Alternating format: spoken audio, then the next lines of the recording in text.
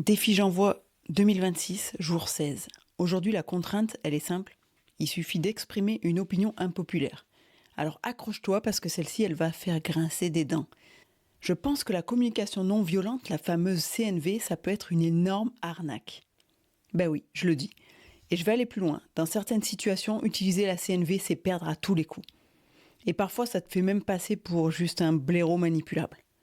Parce que voilà, ce qu'on ne dit pas assez, la CNV, c'est très joli quand tu parles à quelqu'un qui a envie de comprendre, qui veut préserver la relation et qui est capable de bonne foi.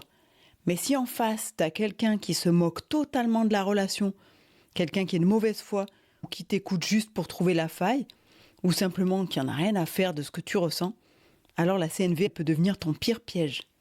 Et toi, tu te retrouves à te justifier, à t'expliquer, à ouvrir tes sentiments face à quelqu'un qui n'a aucune intention de te respecter.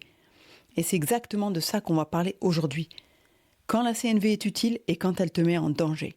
Et surtout, comment reconnaître la différence et quoi faire à la place quand tu as affaire à une mauvaise foi structurelle.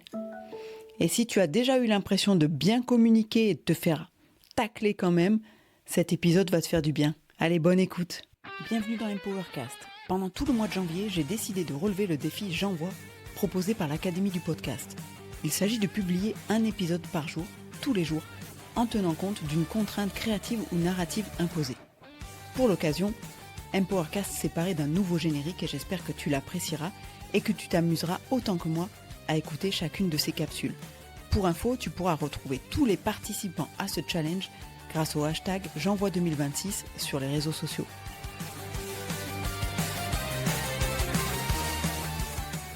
Soyons réalistes et pragmatiques 2 minutes. Si tu utilises la communication non violente face à quelqu'un de foncièrement malhonnête, tu te tires une balle dans le pied. Parce que pendant que toi, tu expliques calmement ton ressenti, que tu mets des mots sur tes émotions, que tu formules tes besoins avec soin, en face, il se passe rien, ou pire, la personne t'écoute poliment, pas pour te comprendre, mais pour repérer ou appuyer pour te faire mal. Elle note ce qui te touche, ce qui te fragilise, ce qui te fait douter, et plus tu fais de la CNV, plus tu lui donnes de la matière. Dans ce contexte-là, la CNV ne pacifie pas la relation, elle déséquilibre encore plus le rapport de force. Parce que toi, tu joues la carte de la transparence et l'autre joue la carte du pouvoir et de la manipulation. Et le résultat, c'est que tu repars avec l'impression d'avoir bien communiqué, d'avoir bien fait ton travail, mais aussi avec un goût amer. Tu te demandes ce que tu as mal fait. Tu te dis que tu aurais dû mieux formuler, être plus calme, plus clair, plus patient. Alors qu'en réalité, le problème, c'était pas ta communication.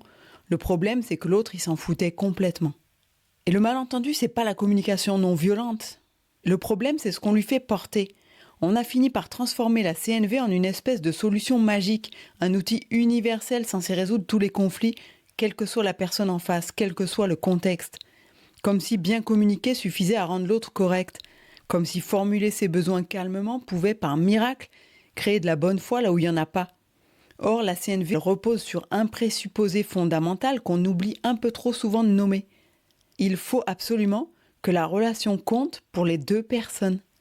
La CNV fonctionne quand il y a une intention commune de préserver le lien, quand les deux parties sont prêtes à s'écouter, quand il existe encore un terrain de respect mutuel. Mais quand ce terrain n'existe plus, la CNV ne répare rien.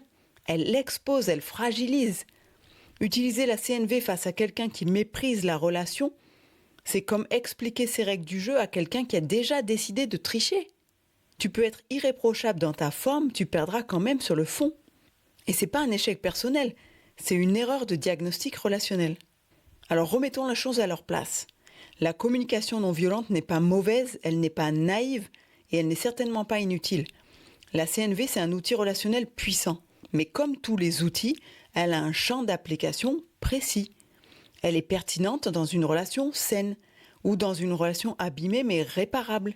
Elle est précieuse quand les deux personnes veulent encore se comprendre, quand la relation a de la valeur, quand il existe une vraie capacité d'écoute, même imparfaite. Dans ces contextes-là, la CNV peut désamorcer des conflits, éviter des escalades inutiles et permettre à chacun de rester digne et respecté. Mais la CNV n'a jamais été conçue pour gérer la manipulation, la mauvaise foi chronique, la perversité ou les rapports de domination. C'est pas un outil de protection, c'est pas un bouclier. Et surtout, la CNV ne remplace pas une chose fondamentale, les limites.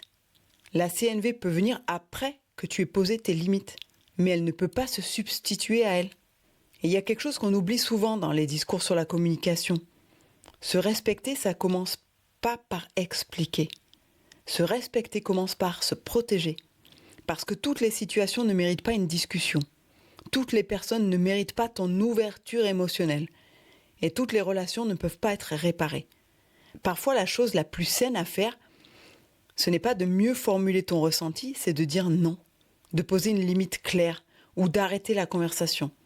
Le silence, la distance ou même le retrait d'une relation ne sont pas des échecs de communication. Ce sont des actes de maturité. Et il y a un moment où continuer à bien communiquer, entre guillemets, devient une façon très subtile de t'abandonner toi-même et de mettre tes émotions sous le tapis. Vouloir à tout prix rester calme, ouvert, compréhensif face à quelqu'un qui ne te respecte pas, ce n'est pas de la paix. C'est de l'auto-effacement. Et aucune méthode, aussi élégante soit-elle, ne devrait te demander ça. Pour conclure, ce que j'ai envie de te dire, c'est que la communication non violente, c'est certes un outil précieux, mais c'est pas une boussole morale. Elle n'a pas vocation à te faire encaisser l'irrespect, ni à te maintenir dans des relations déséquilibrées. Mieux communiquer ne sert à rien si au fond ce que tu cherches, c'est simplement à être respecté.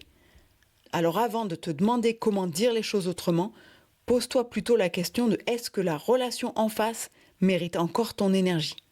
Parfois la réponse la plus juste n'est pas une meilleure phrase, mais un pas de côté. Je te laisse avec ça. Je te retrouve demain pour un nouveau défi et d'ici là, n'oublie pas, keep shining. Merci d'avoir écouté cet épisode jusqu'au bout.